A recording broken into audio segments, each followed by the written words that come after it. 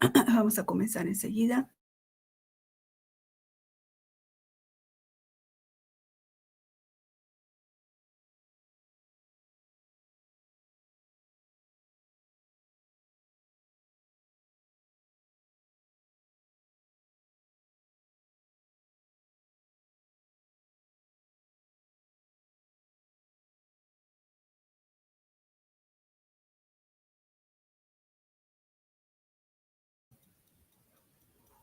Ya, entonces, habíamos quedado en el glucógeno, ¿verdad, chicos? Estamos viendo entonces ahora polisacáridos. Ya hemos visto monosacáridos, hemos visto disacáridos, es decir, oligosacáridos, y luego ahora estamos en polisacáridos. Ya hemos visto que los polisacáridos pueden ser homopolisacáridos o heteropolisacáridos. Dentro del grupo de los homopolisacáridos están el almidón y está el glucógeno. El almidón es el polisacárido de reserva de las plantas y el glucógeno es el polisacárido de reserva en las células animales y también microbianas. Habíamos visto, ¿verdad?, que nosotros, la fuente primordial, diríamos, del glucógeno es la glucosa. Nosotros adquirimos la glucosa exógenamente, es decir, cuando comemos un alimento que contenga almidón, como papa, un pan, una galleta, fideos, etcétera, todo lo que contenga almidón. Ese almidón hemos visto que nosotros tenemos, igual que las bacterias, igual que las plantas, perdón, amilasas, pero nuestra amilasa, la amilasa del ser humano, es del tipo de la alfa-amilasa. Perdón, ¿alguien quiere ingresar? Es el tipo de la alfa-amilasa. Perdón, ¿alguien quería ingresar? Entonces, nuestra amilasa, la amilasa salival y la amilasa pancreática son de tipo alfa-amilasa, es decir, es una enzima que degrada de manera aleatoria o de uno en uno. Entonces, una vez que consumimos un almidón, nuestras enzimas digestivas, empezando por la amilasa salival en la masticación, posteriormente en el estómago, el pH ácido, y luego los jugos gástricos que secretan la amilasa gástrica, continúan hidrolizando el almidón. Hasta que luego tenemos en el intestino otras enzimas como la maltasa, enzimas desramificadoras que rompen los enlaces 1,6, hasta que finalmente todo el almidón que hemos consumido se transforma en glucosa. Esta glucosa atraviesa el intestino delgado, llega al torrente sanguíneo y es utilizada esa glucosa. Su destino va a ser ir a las células, por ejemplo, musculares, si una persona está haciendo ejercicio o caminando, o ir a cualquiera de las células en nuestra economía para generar energía. Pero no puede acumularse en la sangre por mucho tiempo.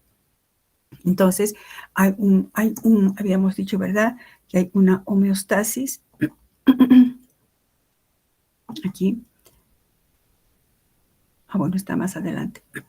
Hay una homeostasis que indica de niveles sanguíneos entre 70 y 110, y según ADA, que es la Asociación de Diabetes, está entre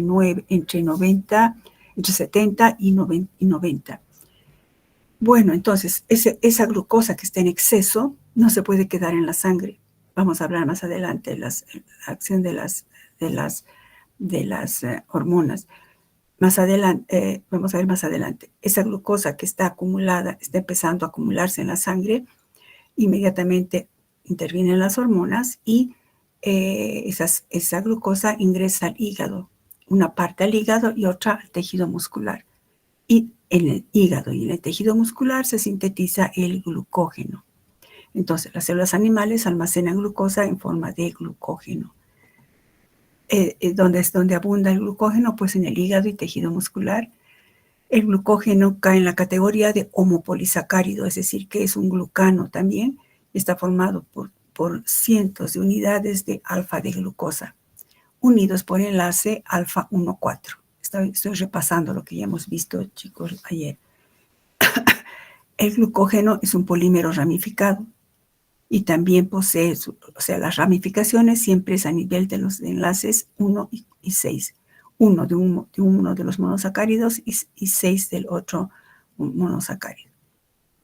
En su estructura básica habíamos visto, ¿verdad?, que si vemos su estructura básica, como todas son moléculas de glucosa, pues se dice también que el dímero podría ser este D2, ¿no? D2 podría ser la maltosa, pero su unidad básica en esencia es la glucosa.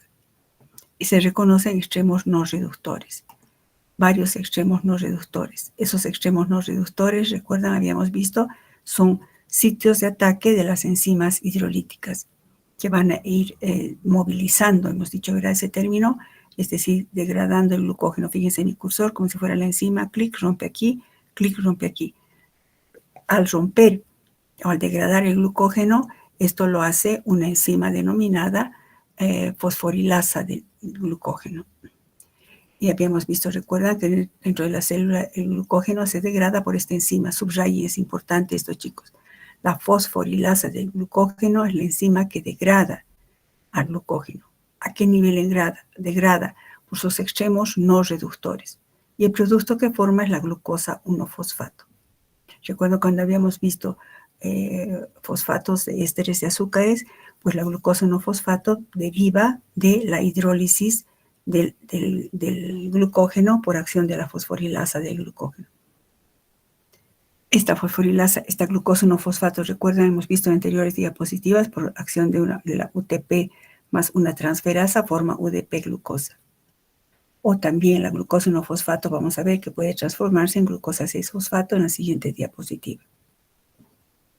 Bueno, habíamos quedado acá. Entonces, la fosforilasa del glucógeno, repito, es la enzima que va a ir degradando por los extremos no reductores. Fíjense, fosforilasa del glucógeno va degradando, fíjense en mi cursor, por los extremos no reductores, uno por uno. Y cataliza, es catalizada esta reacción por la fosforilasa del glucógeno.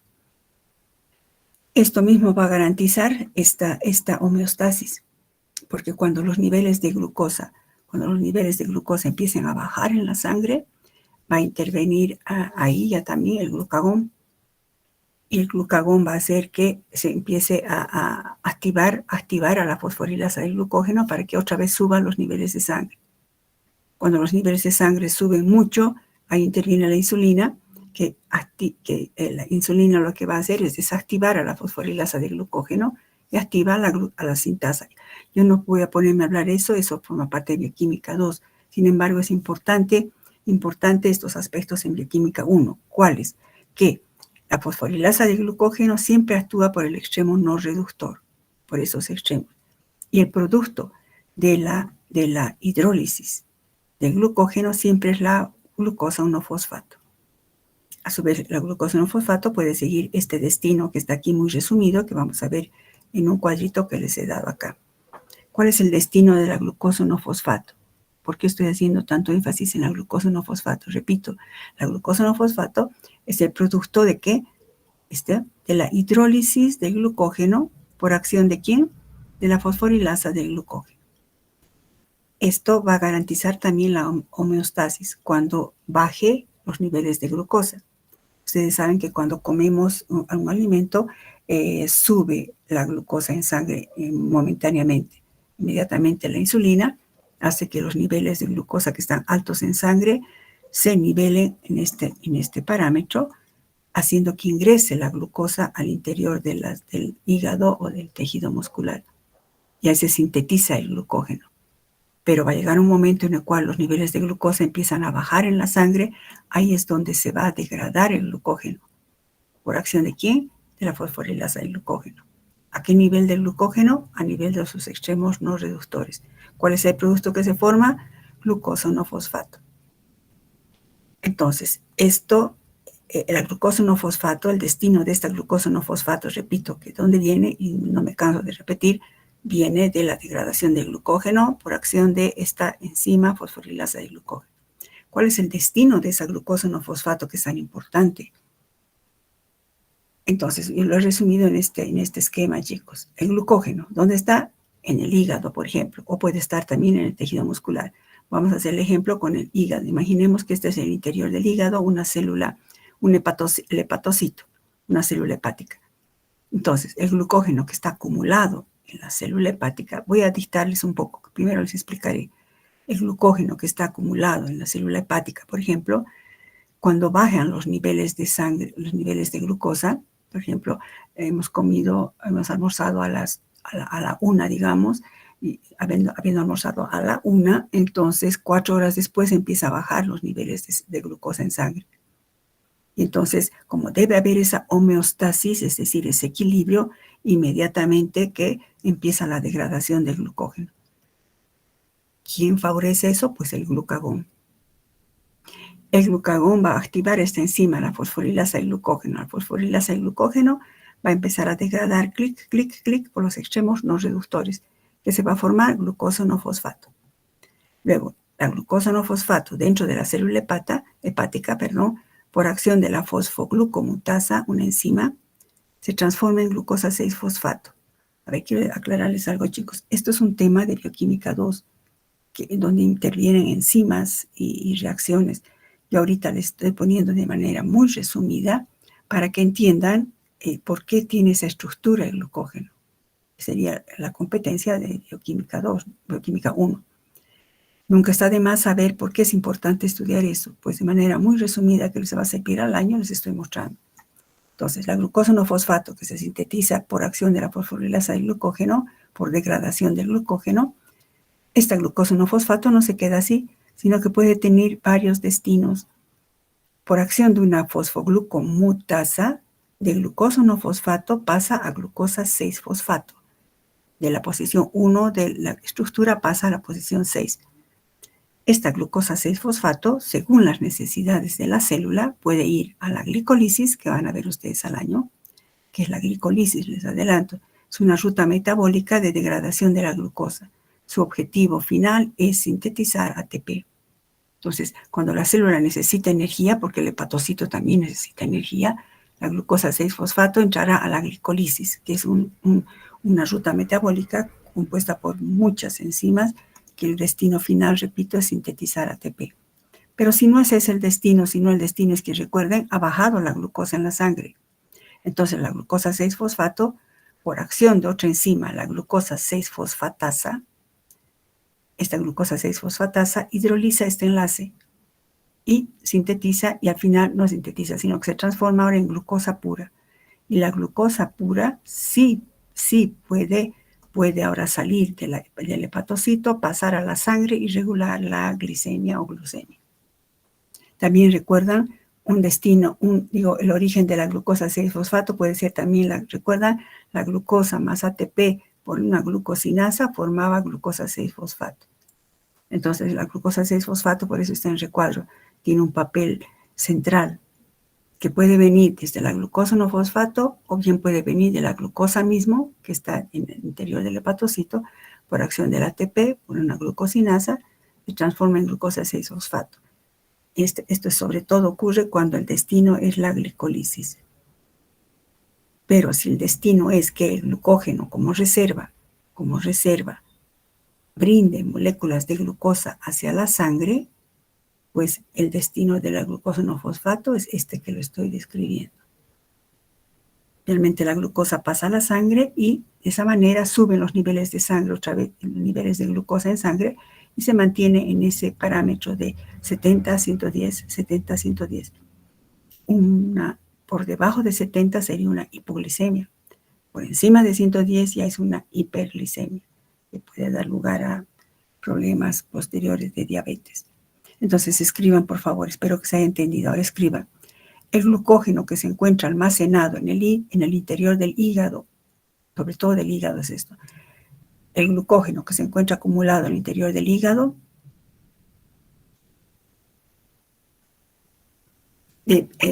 perdón chicos, escriban esto mejor.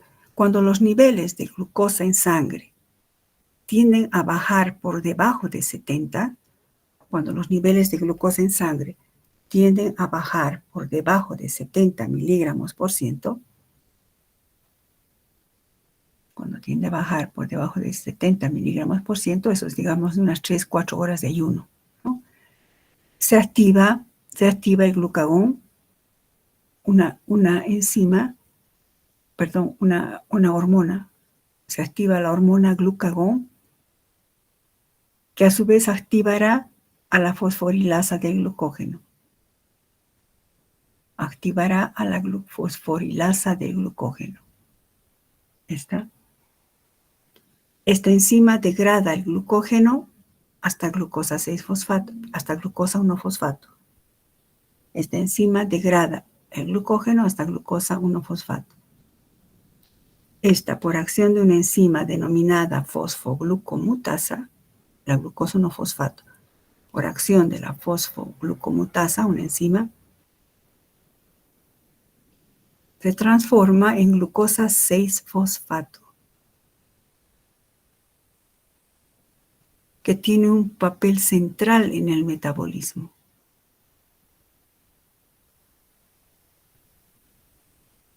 Esta glucosa 6-fosfato, por acción de otra enzima, la glucosa 6-fosfatasa,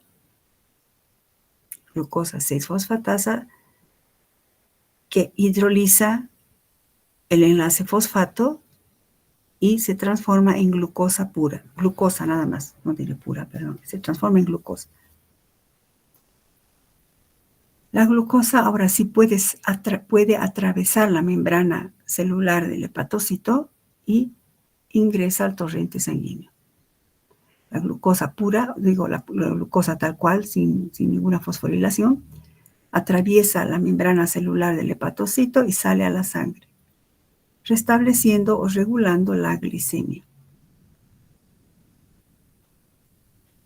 Bueno, este es el camino que ahorita estamos viendo, cuando hemos dicho que ha bajado los niveles de glucosa en sangre. Pero esto que les pongo aquí, chicos, les va a servir también que si no fuera el caso que tiene que regular la sangre, sino que el hepatocito necesita multiplicarse, necesita energía, pues el destino de la glucosa 6-fosfato es entrar a la glicólisis y sintetizar ATP. La glucosa 6-fosfato puede venir del glucógeno a través del glucosa 1-fosfato, pero también podría venir nada más la glucosa 6-fosfato a partir de la glucosa que ha ingresado al hepatocito por acción del ATP y la glucosinasa, y el destino, fíjense, haga una flechita así. Si este es el camino, el destino de la glucosa 6-fosfato es este. Entrar a la glicólisis y sintetizar ATP. Pero si viene del glucógeno, pasando por glucosa 1-fosfato, así su destino es salir para regular la homeostasis de glicemia en sangre, que es una redundancia, la homeostasis de la glicemia, el sufijo glicemia, asumiendo que es glucosa en sangre. Todo lo que acaba en emia, por ejemplo, colesterolemia, todo lo que acaba en emia es que estamos hablando en sangre. La alcoholemia es en sangre. Bueno, está claro esto de por qué es importante estudiar la estructura del glucógeno, porque es importante recordar que este glucógeno es hidrolizado por esta enzima llamada fosforilasa del glucógeno, y este esquema que les he puesto aquí les va a servir muchísimo para el año, también para este año. Así, por ejemplo, no es nuestro tema, no es nuestra incumbencia, diríamos, estudiar el metabolismo. El metabolismo se estudia en Bioquímica 2, pero quiero que se vayan ubicando, por eso estamos estudiando el glucógeno, chicos. Entonces, el metabolismo del glucógeno, más o menos les muestro así, incluye esta etapa, la degradación del glucógeno. Bueno, primero diremos la síntesis del glucógeno, dice mi cursor, y luego la degradación del glucógeno. Entonces, la síntesis de glucógeno ocurre a partir de la glucosa 1-fosfato. ¿Cómo se formaba la glucosa 1-fosfato? Por hidrólisis del glucógeno. Fíjense que lo que se degrada le sirve para luego sintetizarse. La glucosa 1-fosfato, recuerdan, reacciona con la UTP y forma UDP-glucosa. La UDP-glucosa es un portador de moléculas de glucosa para digamos, glucógeno creciente, glucógeno N, y va creciendo hasta formará de 2, de 3, de 4, de 5, hasta sintetizar glucógeno. Eso estamos hablando aquí, ¿no? La sintasa del glucógeno. Eso es en cuanto a la biosíntesis que ocurre en el hígado y tejido. En la biosíntesis de glucógeno, recuerda, el exceso de glucosa que se acumula, que está subiendo los niveles en la sangre de glucosa, inmediatamente la glucosa ingresa al hígado y al tejido. No es tan fácil como lo estoy hablando. Ahí hay transportadores a nivel celular, a nivel de membrana. Estoy contándoles el cuentito de manera simple para que se ubiquen. Es como si, digamos, a ver, primero ven cuando ven un parásito, primero buscan con el objetivo de 10, ¿verdad? Y luego si ven que hay una forma sospechosa, clic, clic, cambian a 40. Primero estamos viendo con 10. El glucógeno que se acumula en el hígado y en el músculo, ¿cómo se acumula? Ocurre una condensación sucesiva de fragmentos de poliglucosa. Fragmentos de poliglucosa, se ha sintetizado la UDP-glucosa. La UDP-glucosa aporta una molécula para que se siga sumando y por eso sale glucosa N+1. Esto es catalizado por la enzima sintasa. Acuérdense de síntesis. Sintasa del glucógeno. Es una glicosiltransferasa. En cambio, la degradación, esta es la sintasa del glucógeno. Fíjense, la glucosa 1-fosfato forma la UDP-glucosa. Luego, sobre un resto de glucógeno empieza a crecer y se sintetiza el glucógeno, N+1, en el hígado y en el músculo. En cambio, cuando se va a degradar, interviene la fosforilasa del glucógeno para generar glucosa 1-fosfato. El destino de la glucosa 1-fosfato es el que hemos visto en la anterior diapositiva. Bueno, con eso hemos acabado los polisacáridos de reserva. Almidón en las plantas, glucógeno en animales superiores, entre ellos nosotros, y también en el reino microbiano. De los polisacáridos de almacenamiento, pasamos a polisacáridos estructurales. Recuerda, los polisacáridos se clasifican en dos polisacáridos, los homopolisacáridos y los heteropolisacáridos. Dentro de los homo están los de reserva, almidón y glucógeno. Pasamos a ver a polisacáridos estructurales, es decir, que ya no son de reserva, ya no van a subir niveles de sangre, de glucosa en sangre. Estos forman parte de estructuras específicas. Existe una gran variedad de estos polisacáridos, tanto en plantas como en animales, y tienen diversas propiedades. Por ejemplo, entre los estructurales, vemos a la celulosa. La celulosa es el principal polisacárido de las plantas leñosas. Es un polímero, la celulosa se dice que es el polímero más abundante de la naturaleza. Es un homopolisacárido. Si vemos los árboles, pues las plantas y todos los vegetales tienen celulosa en su pared celular. ¿Qué es químicamente la celulosa? Es un polímero lineal de glucosa. También se llama glucano. Sin embargo, los residuos, te cuenta que hemos dicho, cada monosacárido se llama residuo, cada eslaboncito. Los residuos de monosacáridos son, en este caso, beta-D-glucosa. En cambio, en el almidón y en el glucógeno, ¿recuerdan? Son alfa-D-glucosa. En la celulosa son beta-D-glucosa. Basta que cambie esta configuración anomérica, cambian las propiedades del polisacárido. Y están unidos mediante enlaces oglicosídicos beta-1,4. Esta diferencia de beta respecto a alfa del anterior caso trae consecuencias muy importantes. Así, por ejemplo, la celulosa, fíjense que vemos aquí, este sería el extremo reductor, ¿verdad? Aquí está el oxígeno. Pero si ustedes se fijan, es como si la molécula se estaría torciendo. Primero está así, fíjense, se ha torcido sobre sí mismo, más o menos unos 180 grados, se va torciendo. Por eso vemos aquí el oxígeno abajo, este está arriba, este está abajo, fíjense mi cursor, y este está arriba. Como si una soga, ustedes agarrarían y lo torcerían en sentido inverso. ¿Qué va a pasar? Se va a volver lineal. Entonces, una de las fibras que está en esta disposición, y eso es posible solo porque esto es beta. Si fuera alfa, no da. Si fuera alfa, nos da más bien helicoidal. O si está ramificado, ¿no? Entonces, al ser enlaces beta, tiende a formar estructuras lineales. Repito, debido al enlace oglicosídico beta, se forman estructuras lineales. Debido a la rotación de un residuo de glucosa respecto al otro. debido a la rotación de un residuo de glucosa respecto al otro. Se ve claramente aquí, quiero que reconozcan, fíjense, este oxígeno está abajo, este está arriba, es el oxígeno de referencia, ¿no? Del hemiacetal, abajo, arriba. Y se forman estructuras lineales. Esas estructuras lineales pueden emparejarse con varias estructuras. Y se estabilizan estas líneas, por eso se dice la fibra de celulosa. Se estabilizan estas líneas moleculares mediante puentes de hidrógeno. Fíjense por estos oxidrilos aquí, puentes de hidrógeno, y eso yo estoy poniendo solo algunos. Aquí con este otra vez, con este puede formar y así. Se forman así las fibras de celulosa. ¿Gracias a qué? Gracias a que ya no es la alfa de glucosa, sino beta de glucosa. Esta beta de glucosa garantiza una torsión de la cadena en la que la estructura se vuelve totalmente lineal. El disacárido repetitivo de la celulosa es la celobiosa, beta-celobiosa. Su enlace es beta 1,4. Beta 1,4. Y se estabiliza cada fibra mediante puentes de hidrógeno. Los enlaces de hidrógeno podemos representar, por ejemplo, en este esquemita.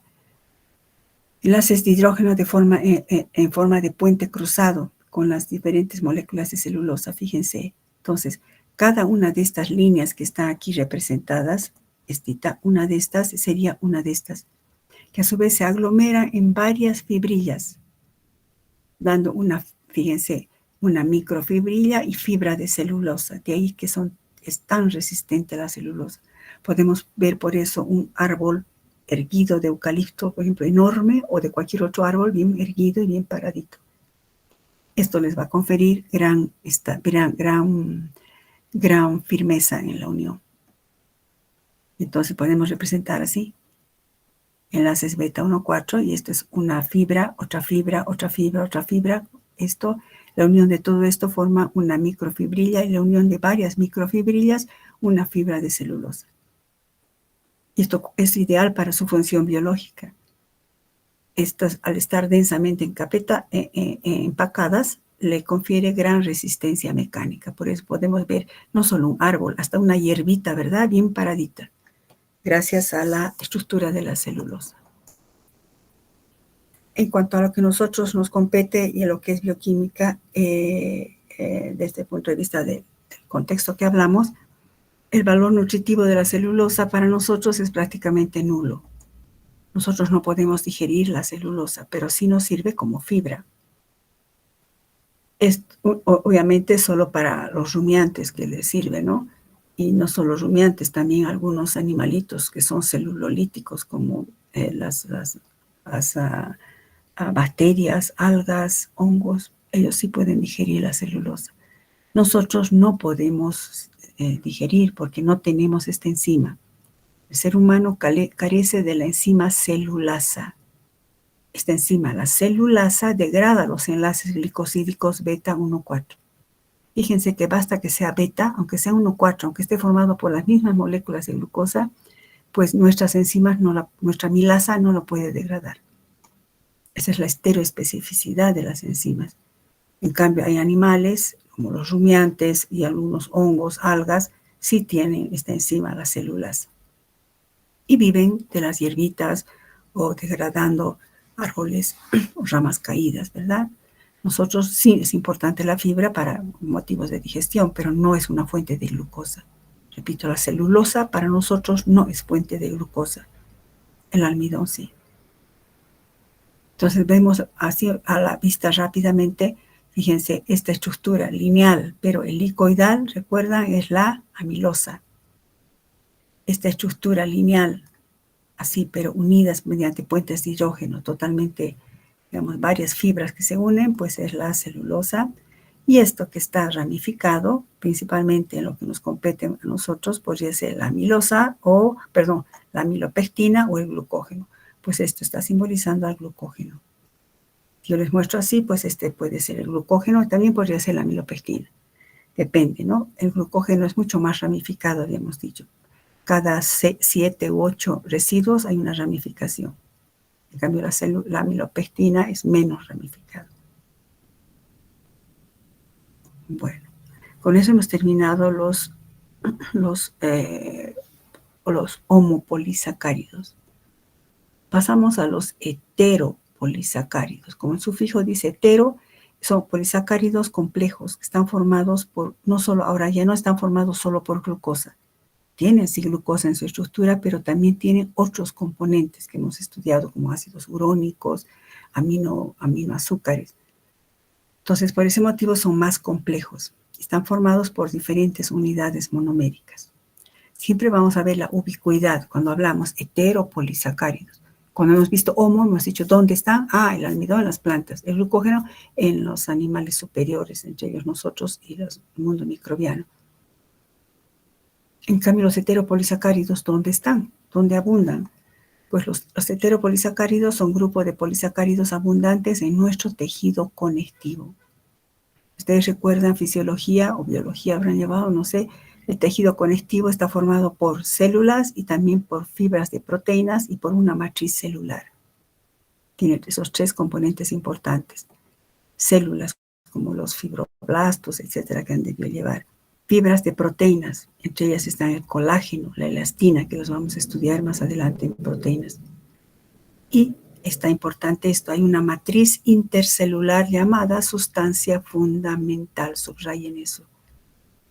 Esta sustancia fundamental se caracteriza porque cumple la función importante también del tejido conectivo. Ustedes recuerdan que el tejido conectivo, ¿qué función tiene? Pues es la de conecta los diferentes tejidos, por eso se llama tejido conectivo. Y sirve como soporte, ¿no?, de diferentes estructuras de nuestro cuerpo.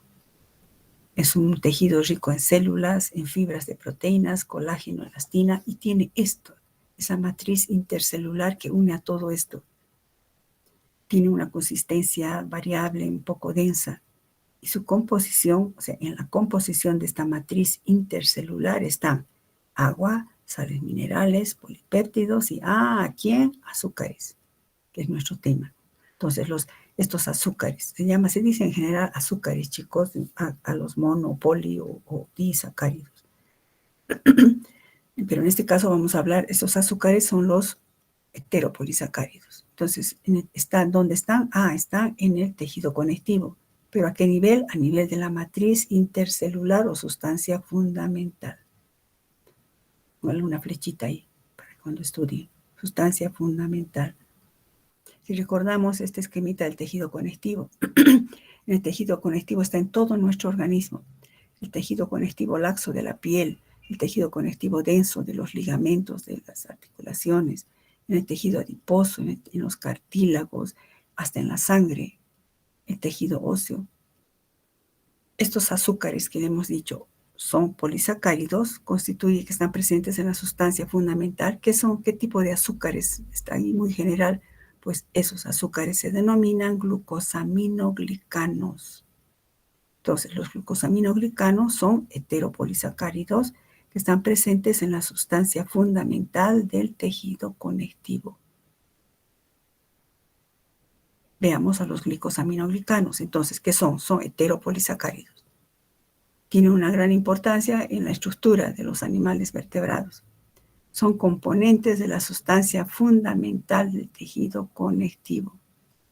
¿Cuáles son esos glicosaminoglicanos que forman parte de la sustancia fundamental del tejido conectivo?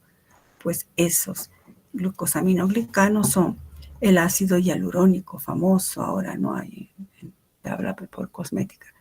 Los condroitinsulfatos, los queratansulfatos, los dermatansulfatos y la heparina. De esto solo vamos a hablar del ácido hialurónico y la heparina en esta ocasión, porque esto no es tan relevante ahorita para nuestra carrera. ¿Qué características estructurales tienen los glicosaminoglicanos? Su nombre nos está diciendo glicosamino. Quiere decir que hay unidades aminadas. Los glicosaminoglicanos entonces son polímeros con unidades repetitivas de disacáridos. Uno de los azúcares es la N-acetilglucosamina. ¿Recuerdan que hemos visto antes? O podría ser N-acetilgalactosamina. y el ácido urónico. ¿Recuerdan los ácidos urónicos? Son los derivados resultantes de la oxidación de los grupos susceptibles de oxidarse de la glucosa, los ácidos urónicos. Otra característica importante de los glicosaminoglicanos es que tienen en su estructura grupos carboxilato y grupos sulfato. Entonces, una característica, repito, es que al ser carboxilato, recuerdan, y sulfatos tienen cargas negativas. Esto escriban, por favor. Las cargas negativas del carboxilato y del sulfato, las cargas negativas del carboxilato y del sulfato, atraen cationes como sodio, potasio,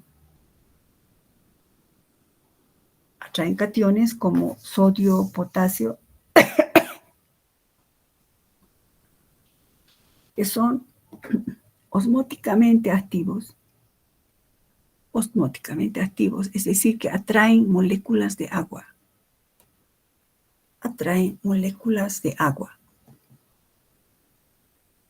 Y eso vamos a entender mejor ahora hablando del ácido hialurónico. El ácido hialurónico es un glicosaminoglicano. ¿Dónde está presente? En la sustancia fundamental del tejido conectivo. Las moléculas de ácido hialurónico están compuestas por una gran cantidad de moléculas, de unidades disacáridas. Se considera este disacárido como su unidad básica. De estos disacáridos hay entre 250 hasta 25.000 de estos. Son por eso heteropolisacáridos. ¿De qué está formado el ácido hialurónico? Fíjense, ¿qué vemos aquí? ¿Qué sería? ¿Qué molécula sería esta? Este es un ácido urónico. Cuando el oxidrilo del carbono primario se ha oxidado.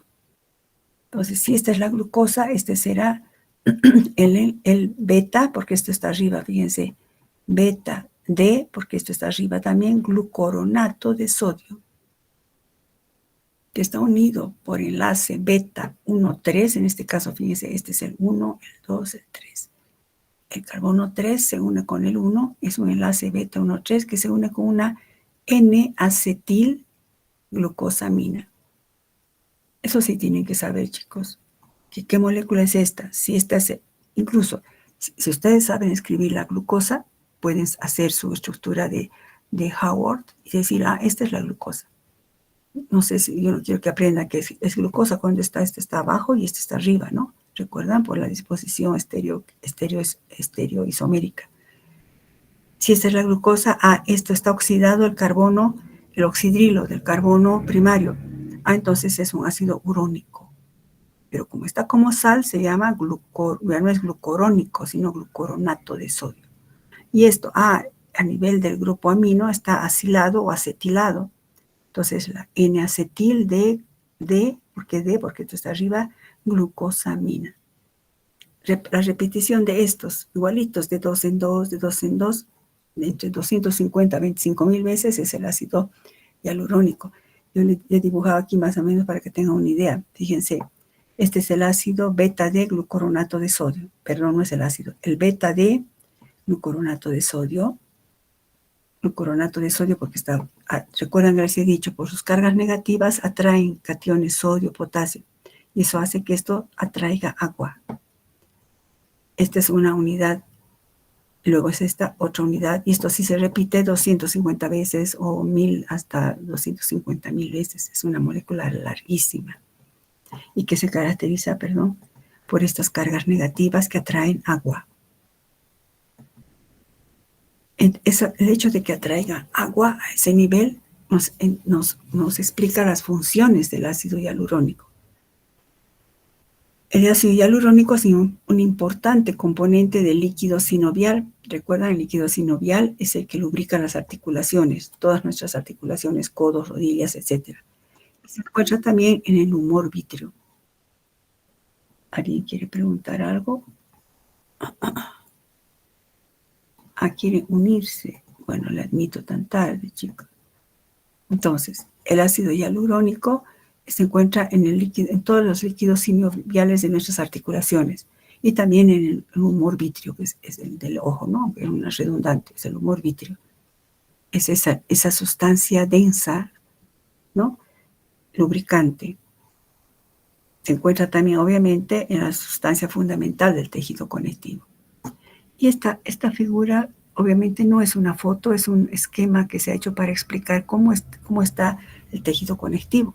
Fíjense esto como cables largos que atraviesa, es el colágeno. Por ejemplo, es una parte de la piel, podría ser el colágeno. Esto que ven aquí como raíces, ¿verdad? Como una malla, como una malla, ¿sí? Es el ácido hialurónico. Entonces, ¿qué hace el ácido hialurónico junto con el colágeno? Todo esto es el tejido conectivo. Estas mallas aquí atraen por sus cargas, por su grupo carboxilato con carga negativa, atraen moléculas de agua. Y entonces esta red se extiende, ¿verdad? Es como una esponja molecular que atrae agua. Y entonces, por eso, no sé si recuerdan, al menos las chicas, el ácido hialurónico se usa mucho en cosmetología para aumentar la turgencia de la piel. Está empezando a arrugar un poco la piel, pues hay inyecciones y todo se meten en la cara para que se hinche un poco y parezca pues que no está con tanta arruga. Está siendo muy, muy, muy importante su aplicación en sustitución al Botox que usaban antes los artistas, etc. Porque el ácido hialurónico es una sustancia natural. En cambio, el Botox es una toxina que paraliza la piel y se hincha y ahí parece que están primero como monstruos y después recién se regulariza. Bueno, el ácido hialurónico entonces, gracias a sus grupos carboxilato, atrae moléculas de agua y eso aumenta la turgencia de la piel. Eso es un glicosaminoglicano importante. ¿Alguien quiere preguntar algo? ¿Quién está preguntando, chiquitas? Rosalía, dime. Está creo en el chat, esperen un cachito. Estaba conectada con otro nombre.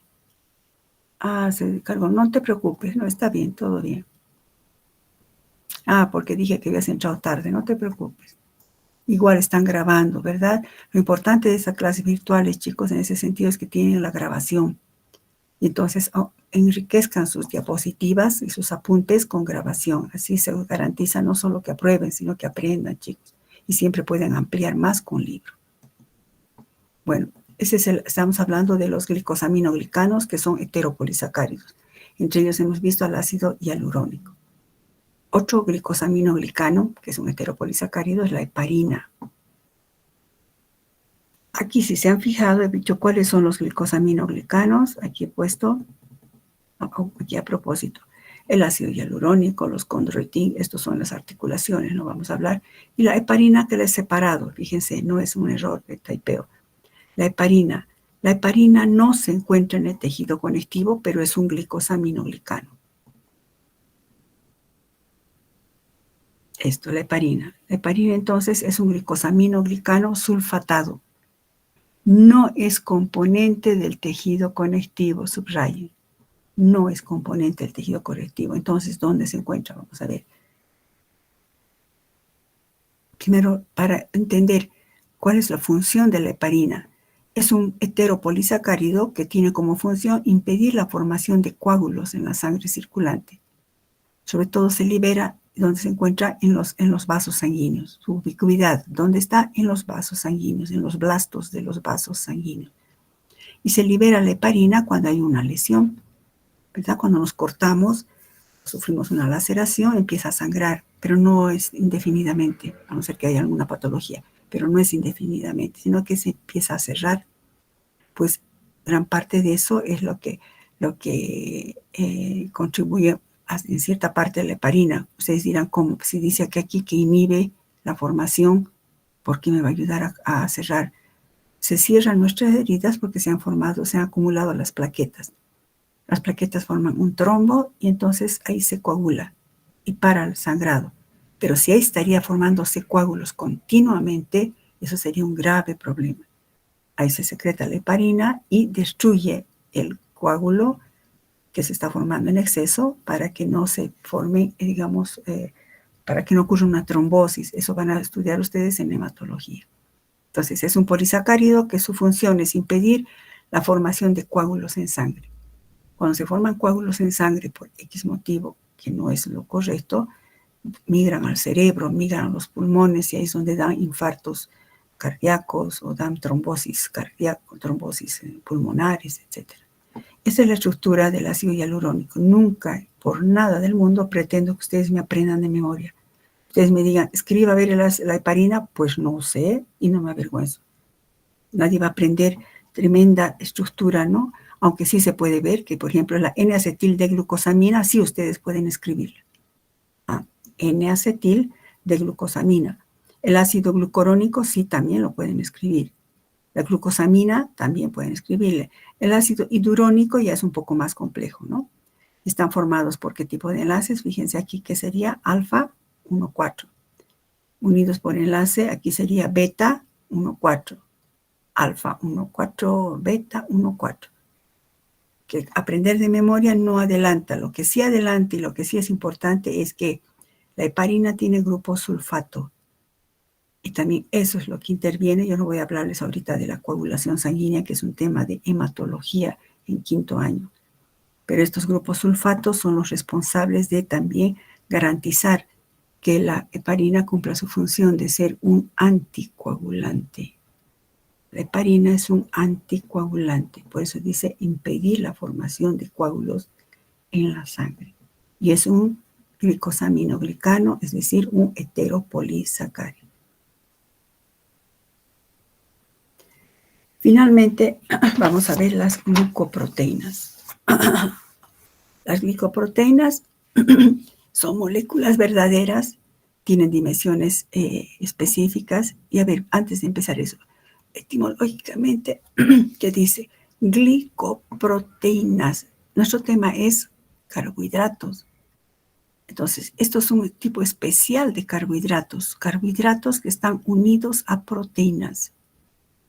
Se consideran moléculas verdaderas, completas, unidas, carbohidrato y proteína. Poseen unidades oligosacáridas, por ejemplo esta, que están unidas de modo covalente a uno de los aminoácidos de una proteína. Esta es una simbología nada más de una glicoproteína. ¿Qué sería esto? Que he puesto aquí, esta sería una cadena de proteína.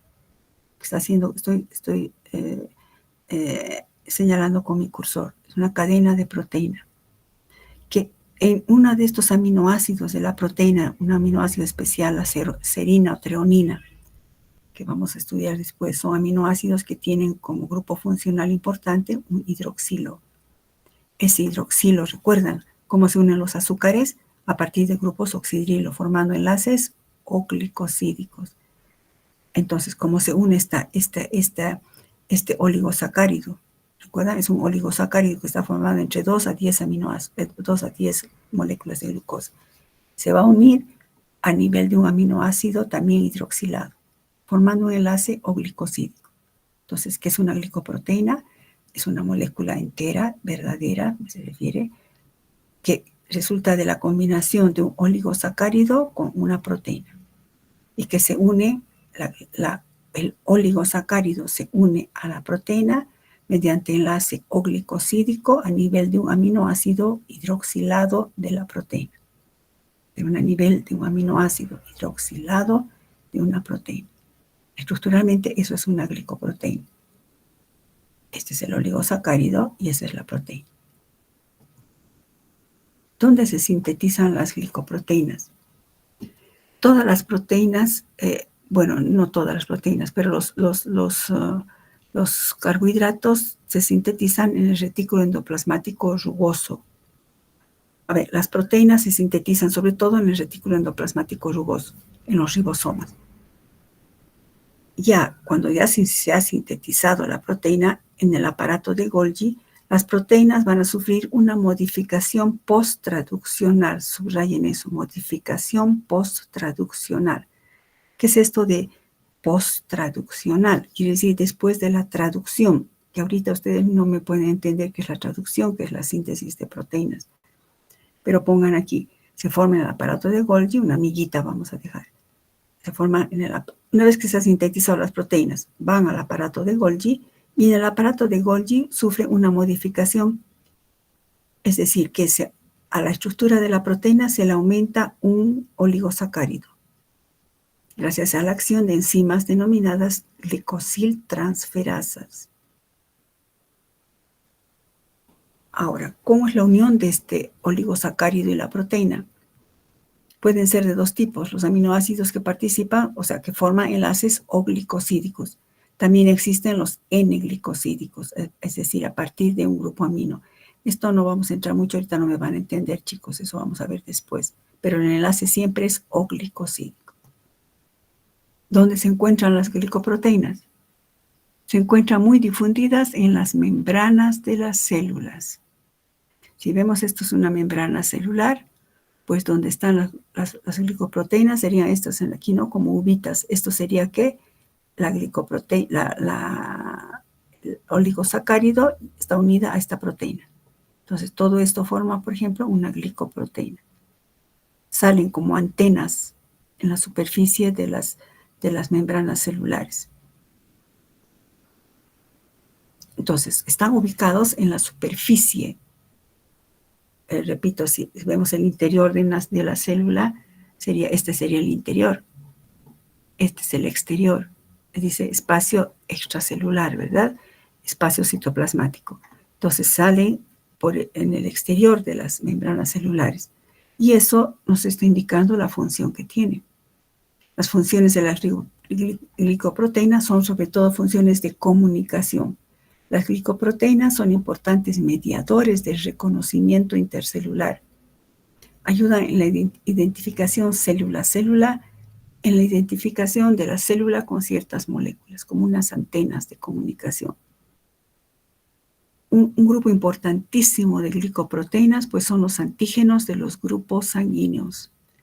En los glóbulos rojos, todos los seres humanos tenemos antígenos que da lugar a la aparición o a la declaración del grupo sanguíneo.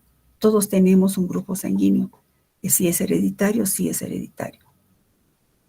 Entonces, en la superficie de los glóbulos rojos hay antígenos. Son antígenos de superficie, que da lugar a la clasificación de los grupos sanguíneos, grupo O, grupo A, grupo B y grupo AB. A veces decimos 0, ¿no? Pues manteniendo que estas son letras, este es O. Estructura de estas glicoproteínas. Estas glicoproteínas, entonces, están, por ejemplo, ¿cómo es la glicoproteína del antígeno del grupo O? O sea, aquellas personas que tienen como grupo sanguíneo O, ¿cómo es su antígeno? Todos los glóbulos rojos, esta es una glicoproteína, estoy simbolizando y he hecho este diseño, chicos. Si esta es la glicoproteína, lo he colocado por eso así. Este es el oligosacárido.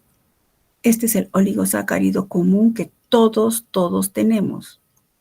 Ustedes dirán, ¿pero acaso todos somos 0? No, esperen un ratito. Todos tenemos esta estructura básica que está formado por la proteína, ¿no? O puede ser lípido en algunos casos. Una N-acetil galactosamina que se une con un ácido siálico y por el enlace beta 1,3 está unida una galactosa y una fucosa. No voy a pretender que aprendan de memoria, pero sí, esta es la estructura básica, la estructura básica de todas las glicoproteínas que está presente hasta cierta parte en todos los seres humanos. Las personas que son del grupo O tienen esta composición de oligosacárido. Las personas que corresponden al grupo A, aparte de esto que he dicho que tienen todas las glicoproteínas, estas personas tienen unido a la galactosa esta N-acetilgalactosamina. El hecho de que aparezca este azúcar acetilado, aminoacetilado, hace que son las personas que corresponden al grupo A. Las personas que corresponden al grupo B, en lugar de tener la N-acetilgalactosamina, tienen solo la galactosa, unida a la galactosa. Entonces, esas personas son del grupo B. ¿Por qué existen entonces estos diferentes grupos sanguíneos? Esta respuesta se puede responder con otra pregunta. ¿Por qué ciertos individuos por qué ciertos individuos añaden a las glicoproteínas de superficie de los eritrocitos de los monosacáridos mencionados esta característica? Los del grupo A hemos dicho que tienen, aparte de esa estructura básica, una N-acetilgalactosamina. Los del grupo B tienen, aparte de esa estructura básica de oligosacárido, tienen una galactosa. Los del grupo AB, ¿verdad?, tendrán ambos azúcares, una N-acetilgalactosamina y una galactosa. Entonces, depende de qué dependerá que unos hayan añadido la N-acetilgalactosamina y son del grupo A. Otros individuos hayan añadido la galactosa y sean del grupo B, o hayan añadido los dos y son del grupo AB. Cada individuo heredamos el gen que codifica una glicosiltransferasa que garantiza la transferencia de estos monosacáridos. Entonces, nosotros heredamos el gen que codifica una glicosiltransferasa específica para cada aminoácido de nuestros padres. La glicosiltransferasa tipo A añade una N-acetilgalactosamina. La glicosiltransferasa tipo B añadirá una galactosa. Y esa enzima, la glicosiltransferasa, está codificada en los genes de nuestros padres. Por eso heredamos los grupos sanguíneos de manera a veces dominante o a veces recesiva, ¿no?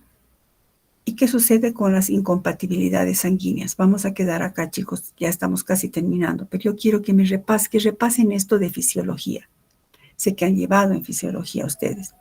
Por favor, para la siguiente clase, ya para acabar el capítulo, repasen eso para que se entienda mejor. No quiero yo nomás hablar.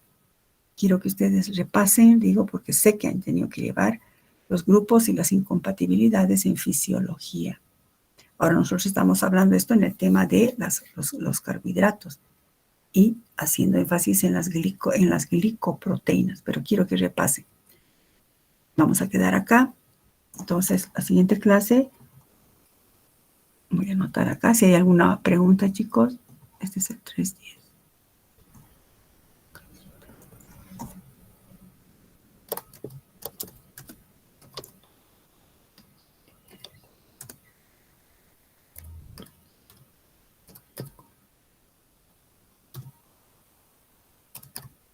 Ya. ¿Alguna pregunta, chicos? Estoy anotando para no olvidar. Ya. Quiero que por favor repasen esto en fisiología para que, obviamente yo ya les he dado todas las diapositivas, chicos, pero quiero que repasen. De eso se trata, que lo que ya han visto antes construyan a nivel un poco más profundo a medida que se va avanzando durante los años de formación profesional. Por favor, repasen para la siguiente clase esto. Y la siguiente clase que tenemos la otra semana ya empezamos el otro capítulo. Lípidos. Ya voy a dejarles las diapositivas para que la siguiente clase acabamos con esto y empezamos el otro capítulo. Entonces, la siguiente clase ya entran con las diapositivas del otro capítulo, chicos. ¿Alguna pregunta respecto a lo que hemos visto acá?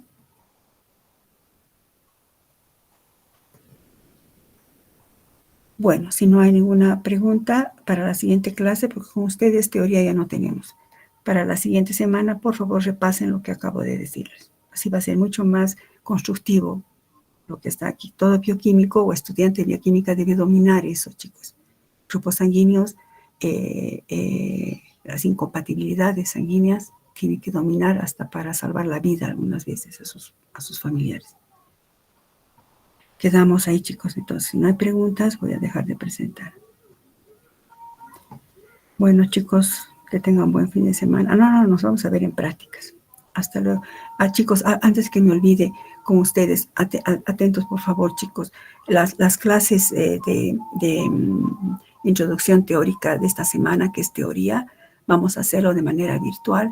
Yo he hablado con la doctora Kadima y el doctor Parrado y me han dicho que no hay ningún problema por este problema de que no puedo elevar mucho la voz. Entonces, como es introducción teórica, ya he compartido las diapositivas del tema 3. Mañana vamos a avanzar de manera virtual la introducción teórica del tema 3, que es reconocimiento de hidratos de carbono en laboratorio. Quedamos ahí, chicos. Entonces, cuídense. Hasta luego.